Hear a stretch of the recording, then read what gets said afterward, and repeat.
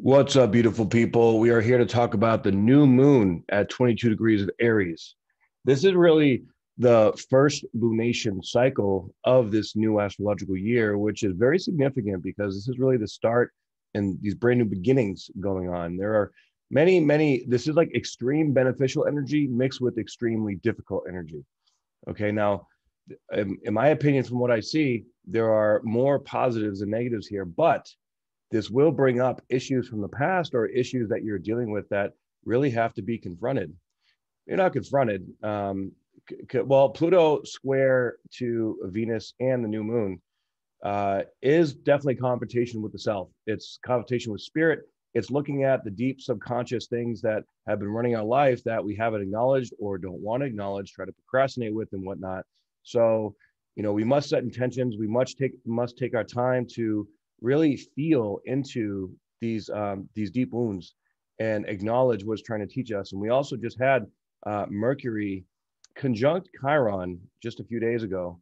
And so this energy is going to be, since Mercury has passed over Chiron, the issues, the vulnerability, the maybe some deception, maybe feeling guilty for something, or reminiscing on things that you wish you would have done different, that maybe can be rectified or not. It's highly dependent on where you're at and what you're willing to look at. And I'm gonna go ahead and bring up the chart here so you guys can see what I'm talking about. But Aries is the initial cardinal sign. So these cardinal squares, this cardinal square between Pluto and Venus, the sun and the moon, is very like saying like it's time to shit or get off the pot, really. It's time to start something new. It's time to acknowledge something old, to let it go so that we can raise our vibration. Now, the Neptune square to Mars is also, this is a more mutable energy, right? It's going from mutable water to mutable air.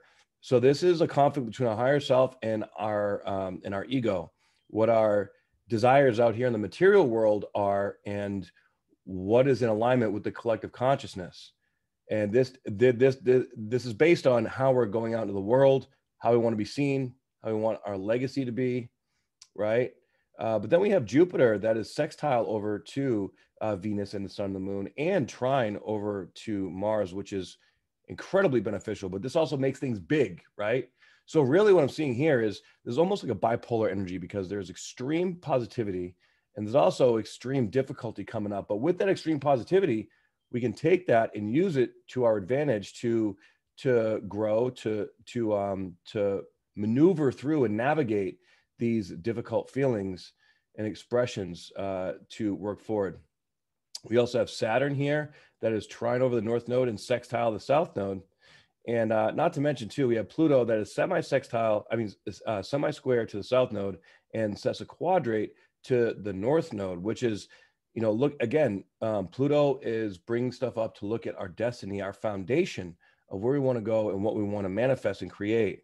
Now, we also have Uranus and Black Moon Lilith, both in Taurus, and they are quincunxing over to the south node.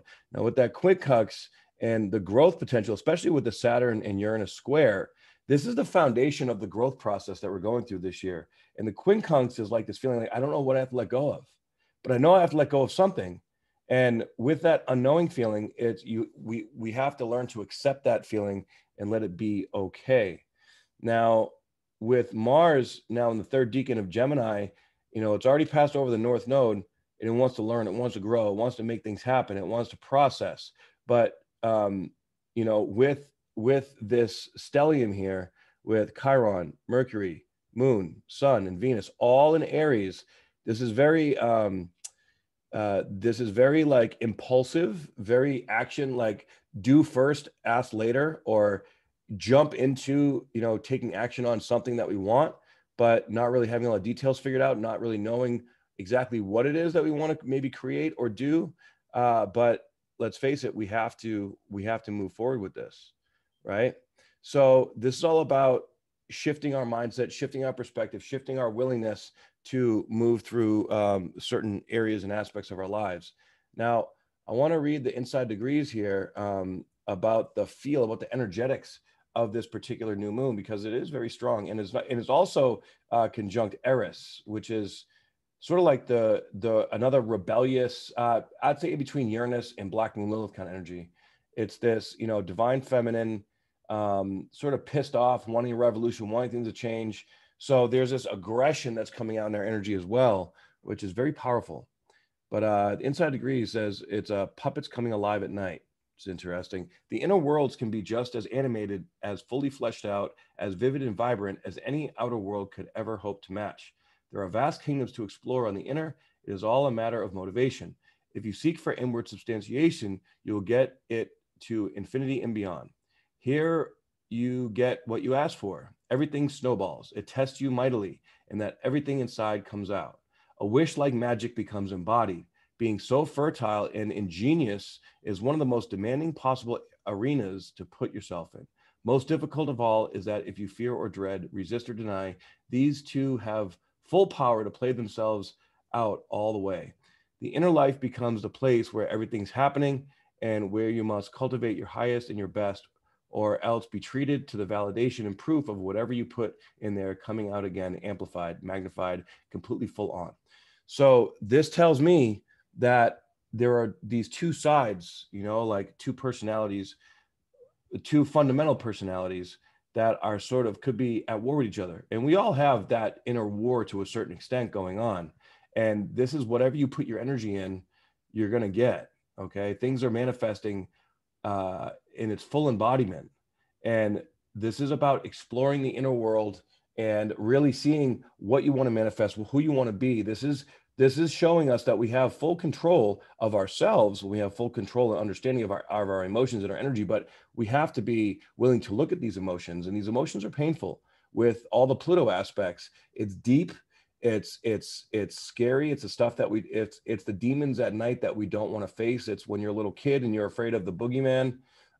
This is the internal boogeyman that's coming up that we have to make friends with. And we all, you know, as long as we're alive, we all have a little bit of that inner boogeyman that we must face, right?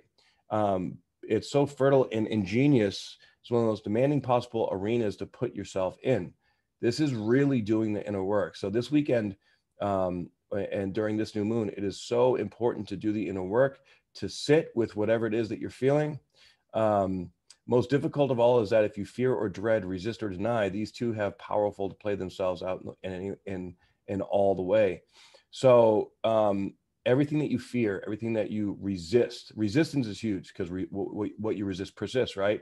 And this is going to show us that really, like, kind of coming into this next level of consciousness where we are being tested to see, are we going to sit in a place of resistance? And you know, because resistance is sort of futile when it comes to this energy, and we must step into the parts of ourselves that we don't really want to acknowledge or admit that we are feeling or experiencing or facing, and you know, own our shit. This is about owning it and starting a new life. This is the new chapter. This is the new life. This is a new way of being that, you know, we want to be a part of, that we want to create. This is giving us the opportunity to make our dreams really come true, to bring it from, you know, either the astral body, the etheric body, the emotional body, and purge into the physical body, get it out of our physical body, and then grow into allowing things to manifest from the inside out, right? So I hope this helped, and I hope you have a beautiful Aries new moon. And don't forget to join my opportunity community. If you haven't checked it out yet, everybody that is subscribed to the community will get my daily energy reports. You will get the 4-week transformational protocol. You will get all the Zooms that we do weekly live to coach and to work through things together and to hold each other accountable and really create a safe space for growth.